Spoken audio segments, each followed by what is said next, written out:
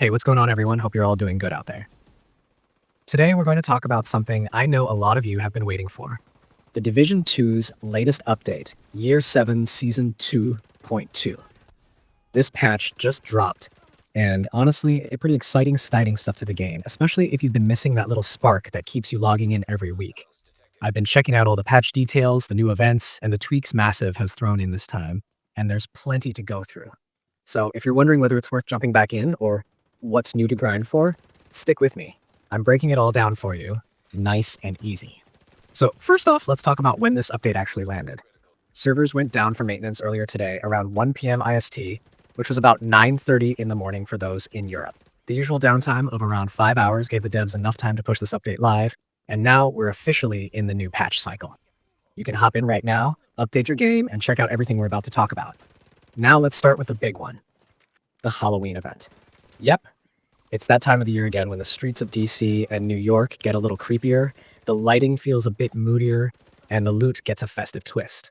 The event's running from October 21st all the way to November 11th, so you've got a solid few weeks to take advantage of it.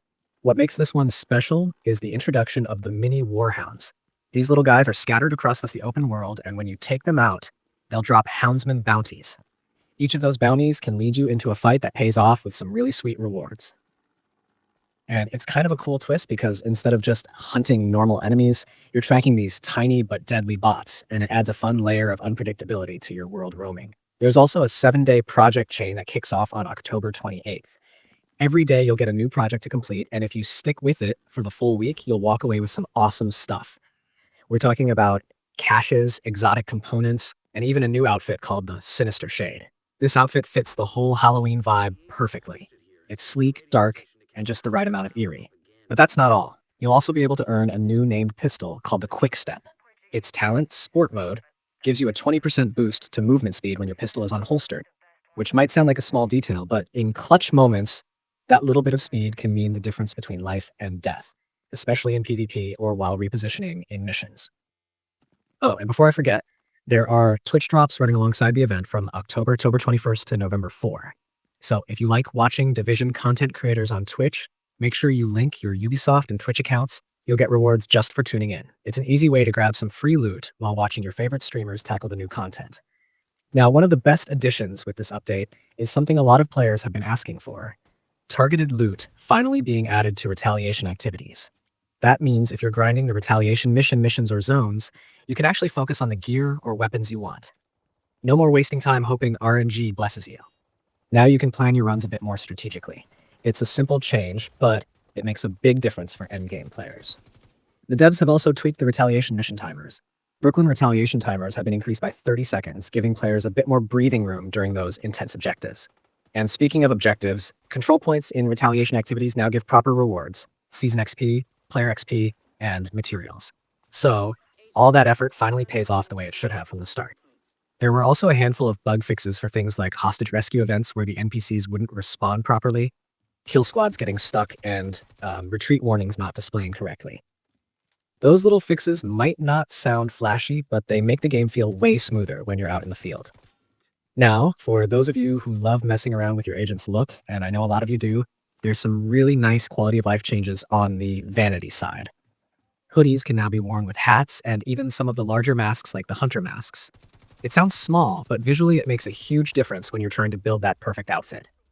You can finally mix and match without weird clipping issues ruining the aesthetic. They also fixed glove clipping, which was another subtle but annoying issue.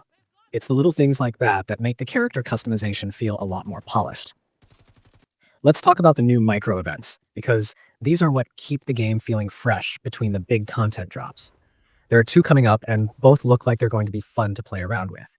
The first one is Redline Overdrive, running from October 24th to 27. During that window, you'll get a massive boost to your stats: 50% more critical hit damage, 25% more critical hit chance, a 25% increase to your critical hit cap, plus bigger magazines and faster reloads. That's basically a full-on damage festival. It's the kind of event where you can dust off your favorite DPS builds, stack crits, and just melt enemies left and right. The second one is called Expertise Surge, and it's happening from November 7th to November 10th. During that time, every source of upgrade materials will give you double the usual amount. So if you've been holding off on upgrading your gear, recalibrating, or boosting your expertise levels, that's the time to do it. I'd actually recommend saving your materials until that event starts, so you can take full advantage of the double rewards. Now, let's shift over to the gameplay tweaks and balance changes, because there are some interesting ones worth mentioning.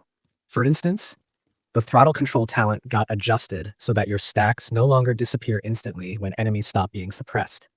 This change makes the talent much more reliable, especially in group play where enemies can go in and out of suppression pretty quickly. It gives you a smoother, more consistent experience overall. The Tinkerer Abridged talent also got a fix. It now interacts correctly with the soft spot talent. There was also an exploit where Abridged could stack with other talents through loadout swaps, and that's been patched out. So, no more cheesy loadout switching to gain unfair buffs. Everything should now behave as intended. One of the bigger areas that got attention this time is the Retaliation content. There were several issues with scouts and mission progression that got ironed out. Previously, players reported that their scout progress wasn't counting properly, or that the deactivate scout option wouldn't work. Those have been fixed. Also, the Brooklyn DLC had a problem with the SHD cache project not completing correctly, but that's been addressed too. You'll also notice some general polish across the board, things like voiceover triggers, UI adjustments, and lighting improvements. There were localization tweaks as well, which helps clean up some of the inconsistent text or translations that players were seeing in different regions. None of these are huge game changers, but they definitely contribute to making the overall experience feel tighter. Now, something I want to highlight again because it's easy to overlook, the modifiers and the Legacy Climax missions have been restored. This is a nice comeback for players who enjoyed the variety and challenge those modifiers brought. There were also fixes for the sanitation modifier where the VFX and brightness were off, which made some sections of missions pretty uncomfortable to look at. So that's finally fixed too, and your eyes can thank the devs for it. Overall, the Y7S2.2 update might not bring an entirely new mode or massive new zone, but it's a really healthy patch that shows the devs are still paying attention to the little things that improve the game's feel and replayability. You've got a limited time Halloween event that actually gives meaningful rewards, micro events that keep your builds interesting, and a bunch of fixes that make old content smoother to play through. If you're planning to jump back in, here's what I'd suggest doing. Start by hunting down those Mini Warhounds as soon as you log in. The earlier you start, the easier it'll be to finish the full Houndsman event chain and grab the Sinister Shade outfit before the timer runs out.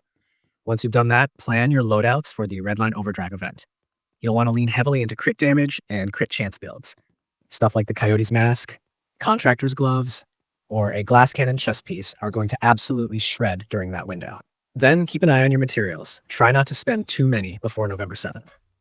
Once the Expertise Surge event starts, that's when you can go all in on upgrading gear, recalibrating weapons, and pushing your expertise ranks. It's basically free efficiency, and you don't want to waste that opportunity. One thing that really stands out to me about this patch is how it mixes celebration and function. You've got a fun seasonal theme that keeps the game visually interesting, but it's not just cosmetic fluff. It gives you weapons, outfits, and materials that actually matter. That's something the Division 2 has been doing well lately.